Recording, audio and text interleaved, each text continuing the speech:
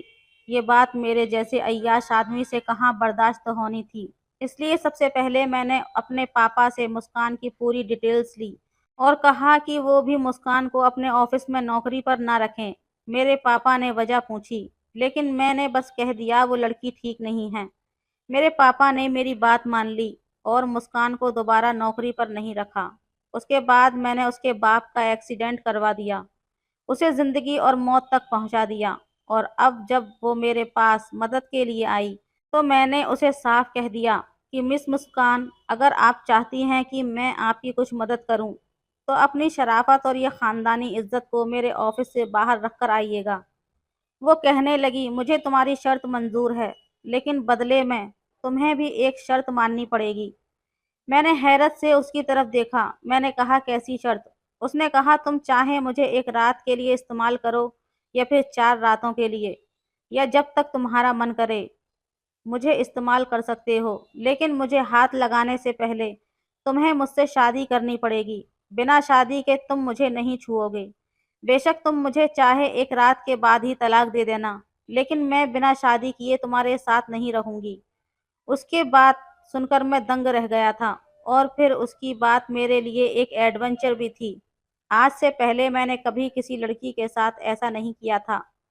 اس کی بات پر میں زور سے ہنسا تھا اور ایک وکیل کو اپنے کمرے میں بلا لیا۔ خیر، یہ شادی مسکان کے لیے شادی ہوگی، لیکن میرے لیے یہ کوئی بھی اہمیت نہیں رکھتی تھی۔ وہ میرے لیے صرف کچھ دن یا کچھ مہینے کی عیاشی کا سامان تھی۔ آج وہ لڑکی میری باہوں میں تھی، میرے ہی فلیٹ کے کمرے میں، میرے بیڈ پر، اب بے بسی کے آنسو بہا رہی تھی۔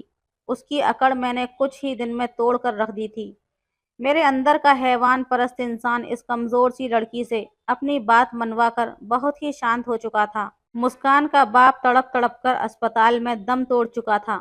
وہ اگلے دن اسپتال پہنچی تو باپ کے مردہ شریر کو دیکھ کر رونے لگی تھی، لیکن مجھے اس بات سے کوئی فرق نہیں پڑتا تھا۔ مسکان کا اس کے باپ کے علاوہ اور کوئی نہیں تھا۔ کچھ دن وہ اپنے باپ کا ماتم مناتی رہی، لیکن میرے اندر نہ جانے کیوں اس لڑکی کی طلب اب دن بدن بڑھنے لگی تھی۔ حالانکہ میرا بدلہ پورا ہو چکا تھا، میں اسے پتنی بنا کر رکھنا نہیں چاہتا تھا، لیکن شاید اس کے حسن کا بھوت میرے سر سے ابھی تک نہیں اترا تھا، اس لیے اس کے گھر سے اسے واپس اپنے فلیٹ پر لے آیا۔ اس بار اس کی آنکھوں میں میرے لیے پہلے سے بھی زیادہ نفرت تھی، لیکن مجھے کہاں کسی بات کی پرواہ تھی۔ مجھے لگا بس کچھ دن کا خمار ہے، جیسے ہی مسکان کے حسن کا خمار میرے سر سے اترے گا میں مسکان کے منہ پر طلاق نامہ مار کر اسے چلتا کر دوں گا۔ لیکن وہ تو کسی نشے کی طرح میرے اندر اترنے لگی تھی۔ ہر بار وہ مجھے پہلے سے بھی زیادہ حسین لگتی تھی، اتنی کہ میں کئی کئی گھنٹے بس اسے ہی دیکھتا رہتا تھا۔ حالانکہ مجھے آج تک مسکان سے بدلے میں محبت نہیں ملی تھی۔ اس کی آنکھوں میں میرے لیے صرف ایک ہی جذبہ تھا، اور وہ تھا نفرت کا۔ جتنا میں اس کی سنگت میں رہتا اتنی ہی وہ مجھے اچھی لگنے لگی تھی۔ اس کا اداس چہرہ بھی مجھے لبھانے لگا تھا۔ ایک بار وہ بہت بیمار ہو گئی تھی اور تب میری جان پر بنی تھی۔ اسے بخار میں تپتے دیکھ کر میرا دل تڑپ اٹھا تھا۔ اس سمے مجھ پر یہ خلاصہ ہوا کہ میں تو مسکان سے محبت کر بیٹھا ہوں۔ اس کی تکلیف مجھے برداشت نہیں ہوئی تھی۔ میں رات بھر اس کی خاطر جاگتا رہا، اس کا خیال رکھ رہا تھا۔ کچھ دن میں وہ ٹھیک ہو گئی تھی۔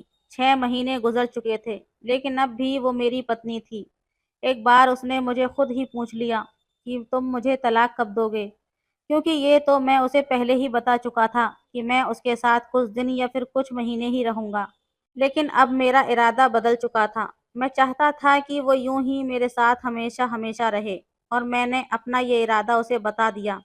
میری بات سن کر اس نے نفرت سے مجھے دیکھا، کہنے لگی، مجھے تمہارے ساتھ اپنی پوری زندگی نہیں گزارنی، مجھے ہر صورت میں طلاق چاہیے۔ تم نے تو خود کہا تھا کہ مجھے چھوڑ دو گے۔ یہ کہتے ہوئے وہ پھوٹ پھوٹ کر رو پڑی تھی۔ میں نے کہا مسکان یہ میرے لیے ممکن نہیں ہے۔ میں پتہ نہیں کب تم سے دل لگی کرتے کرتے تم سے دل لگا بیٹھا ہوں، اس لیے اب تمہیں چھوڑ نہیں سکتا۔ میں تم سے بہت پیار کرتا ہوں، اب تمہارے بغیر جینے کے بارے میں سوچ بھی نہیں سکتا۔ پلیز مسکان، جو ہوا اسے بھول جاؤ اور تم بھی میری محبت کو سویکار کر لو۔ تم جیسے یہاں رہ رہی ہو رہتی رہو۔ لیکن وہ مجھ سے لڑنے لگی تھی، کہنے لگی مجھے چھوڑ دو۔ اس کی حالت دیوانوں جیسی ہونے لگی تھی۔ وہ میرے پیروں کو پکڑ کر بری طرح سے ہاتھ جوڑ کر کہہ رہی تھی کہ مجھے چھوڑ دو، میں تمہارے ساتھ نہیں رہنا چاہتی۔ میں بہت چاہا کہ اسے سمجھاؤں، لیکن وہ سمجھ نہیں پا رہی تھی۔ مجبوراً مجھے اسے ایک تھپڑ مارنا پڑا۔ میں نے کہا آج کے بعد مجھے یہ بات مت کرنا، تم یوں ہی میرے ساتھ پوری زندگی رہو گی، سمجھی؟ میں یہ کہہ کر آفس کے لیے گھر سے نکل گیا۔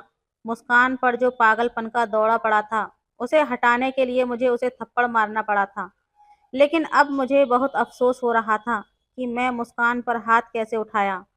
اس دن میں ٹینشن میں کار بھی بہت تیز چلا رہا تھا، اور جس کا نتیجہ یہ نکلا کہ سامنے آنے والی گاڑی سے اچانک سے میری ایکسیڈنٹ ہو گیا۔ میری گاڑی کلا بازی کھا کر لڑک گئی تھی۔ میں بے ہوش ہو چکا تھا۔ جب ہوش میں آیا تو میں ہاسپٹل میں تھا۔ میرے پاپا کے ساتھ مسکان بھی موجود تھی۔ اسی سمے میں اپنے پاپا کے سامنے مسکان کو اپنی پتنی سویکار کر لیا تھا۔ میرے پاپا یہ سن کر مجھ سے ناراض ہو گئے تھے، لیکن میں جس حالات میں پہنچ گیا تھا مجھے کچھ بھی نہیں کہہ سکتے تھے۔ میری دونوں ٹانگوں میں فریکچر ہو چکا تھا۔ ڈاکٹر نے میری دونوں ٹانگوں پر پلاسٹر چڑھا دیا تھا۔ ڈاکٹر کا کہنا تھا کہ کچھ مہینے تک تم اپنے پیروں پر کھڑے نہیں ہو سکتے۔ ایک ہفتے تک اسپتال میں رہنے کے بعد اپنے ماں باپ کے گھر کے بجائے میں مسکان کے ساتھ فلیٹ میں چلا گیا۔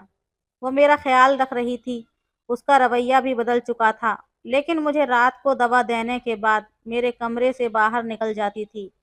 پھر پوری رات وہ کمرے میں نہیں آتی تھی۔ میں اس سمے اس قدر محتاج ہو چکا تھا کہ خود سے بیڈ سے نہیں اٹھ سکتا تھا۔ میرے کمرے کا دروازہ کھلا ہوا تھا۔ وہ سامنے کمرے میں تھی، لیکن اس کے کمرے کا دروازہ بند تھا۔ رات کی خاموشی نے مجھے سامنے کمرے سے سسکیوں کی آوازیں آ رہی تھیں۔ اس سمے کون تھا جو کمرے میں مسکان کے ساتھ موجود تھا؟ میرا جی بے حد گھبرانے لگا تھا۔ شاید میرا وہم ہے، لیکن یہ وہم نہیں تھا، کیونکہ اب مجھے روز ہی ایسی عجیب و غریب آواز آنے لگی تھی جو میرے لیے بہت ہی درد کا کارن بنتی جا رہی تھی۔ میرے آفس کے کام کے سلسلے میں مسکان ہی مجھے فائل سائن کر کے لیے دیتی تھی۔ میرے آفس کا مینیجر روز آتا تھا، جو بھی ضروری کام ہوتا اس سے گھر پر ہی ڈسکس کرتا تھا اور پھر وہ چلا جاتا تھا۔ کافی ذمہ دار اور شریف لڑکا تھا، اپنے کام سے کام رکھتا تھا۔ میں بھی سوچ نہیں سکتا تھا کہ آج وہی میری پتنی کے کمرے سے باہر نکلے گا۔ میں نے کہا تم؟ وہ کہنے لگا ہاں میں۔ آج میری آنکھوں میں آنکھیں ڈالے مجھے دیکھ رہا تھا۔ مسکان بھی اس کے ساتھ کھڑی تھی۔ اس نے کچھ فائل میرے سامنے رکھ دیں اور کہنے لگی تمہاری ساری جائیداد میں نے اپنے نام کر لی ہے، اور اگر تم نے مجھے طلاق نہیں دی تو میں تمہیں جان سے مارنے سے بھی پیچھے نہیں ہٹوں گی۔ میں حیرت سے مسکان کو دیکھ رہا تھا۔ میں نے کہا مسکان، مجھے تم سے محبت ہو گئی تھی، کیونکہ مجھے تمہاری شرافت پر وشواس تھا۔ میں کچھ بھی سوچ سکتا تھا، لیکن تمہارے بارے میں یہ نہیں سوچ سکتا تھا کہ تم کسی کے ساتھ ناجائز رشتہ بھی، کیونکہ ناجائز رشتہ تو میں بھی تم سے بنانا چاہتا تھا اور بدلے میں تمہیں لاکھوں دینا چاہے تھے، لیکن تم نے اپنی شرافت کو اپنی عزت کی اہمیت دی تھی۔ تو پھر آج کیوں غیر مرد کے ساتھ؟ مجھے اپنی جائیداد کے چھن جانے کا افسوس نہیں ہے، بس تمہارے بدل جانے کا دکھ ہے۔ بہتر ہے کہ تم میری جان لے لو، لیکن میں تمہیں طلاق نہیں دے سکتا۔ تم سے جدا ہو کر بھی تو میں مر ہی جاؤں گا۔ اس سے اچھا ہے کہ تمہارے نام کے ساتھ ہی اس دنیا سے چلا جاؤں۔ میں نے زمین پر گری پسٹل ہاتھ میں لی اور کانپتے ہاتھوں سے مسکان کو تھما دی۔ مسکان نے پسٹل ہاتھ میں لے لی تھی، لیکن اگلے ہی پل وہ رونے لگی تھی۔ وہ مینیجر کہنے لگا مسکان میری بہن ہے۔ میں دبئی میں نوکری کرنے گیا تھا، لیکن وہاں مجھے کسی نے جھوٹے الزام میں جیل بھیج دیا تھا۔ لیکن جب میں وہاں سے چھوٹ کر واپس آیا تو مسکان نے مجھے ساری کہانی سنائی تھی، اور مجھے بہت دکھ ہوا تھا۔ تم نے میرے باپ کے ساتھ جو بھی کیا، میں نے اور مسکان نے اس کا بدلہ لیا ہے۔ اس لیے میں نے تمہارے آفس میں نوکری کی، تمہارا بھروسہ جیتا، پھر تمہارا ایکسیڈنٹ کروایا اور اس کے بعد تمہیں تکلیف دینے کے لیے ڈرامہ رچایا۔ یہ سن کر میں خود شرمندہ ہو کر رہ گیا تھا۔ میں نے مسکان سے اپنے ہر غلط رویے کی معافی مانگ لی تھی۔ عورت کی سہنشیلتا مرد سے کہیں زیادہ ہوتی ہے۔ اس نے مجھے معاف کر دیا تھا۔ میں ویل چیئر پر بیٹھا ہوا تھا، وہ میرے گھٹنوں پر سر رکھ کر بیٹھ گئی۔ مسکان کا محبت بھرا اسپرش پا کر آج پہلی بار میرے اندر سکون اتر آیا تھا۔ تو دوستو، یہ تھی آج کی کہانی۔ ویڈیو کیسی لگی ہمیں کمنٹ کر کے ضرور بتائیں۔ کہانی اچھی لگے تو لائک کریں، شیئر کریں، سبسکرائب کریں۔ دھنیہ واد۔